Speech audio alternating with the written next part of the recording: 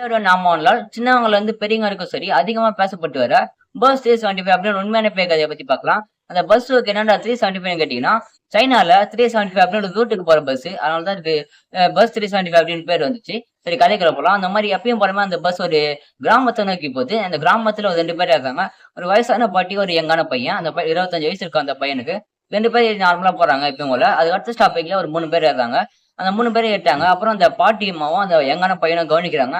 அவங்க 3 பேரும் ஒரு மாறி இருக்காங்க. அவங்களுக்கு ஃபேஸ் எல்லாம் பாத்தீங்கன்னா ஒரு மாதிரியா இருக்குன்னு சொல்ல வராங்க. ஒரு மாதிரி டிஃப்ரெண்டா. அப்புறம் அவங்களுக்கு போட்டுருக்க ட்ரெஸ் எல்லாம் ஒரு பழங்காலத்து ட்ரெஸ் மாதிரி இருக்கு. ஏதோ டிராமா குரூப் போலன்னு சொல்லிட்டு இருக்காங்க. அப்புறம் அதுக்கடுத்து கொஞ்ச நேரத்துல இந்த பாட்டி அம்மா தன்னோட பஸ் நிறுத்தின்னு முன்னாடி உட்காந்து எங்கன்னா பையன் சண்டை போட்டு, அப்புறம் அந்த கண்டக்டரும் பஸ் டிரைவரும் ஒரு போலீஸ் ஸ்டேஷன் இறக்கி விட்டு போயிட்டாங்க.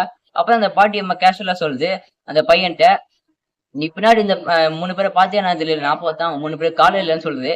அதுக்கடுத்த மறுநாள் அந்த பஸ் காணாம போயிடுது. இதை பத்தி நான் எனக்கு சொல்ல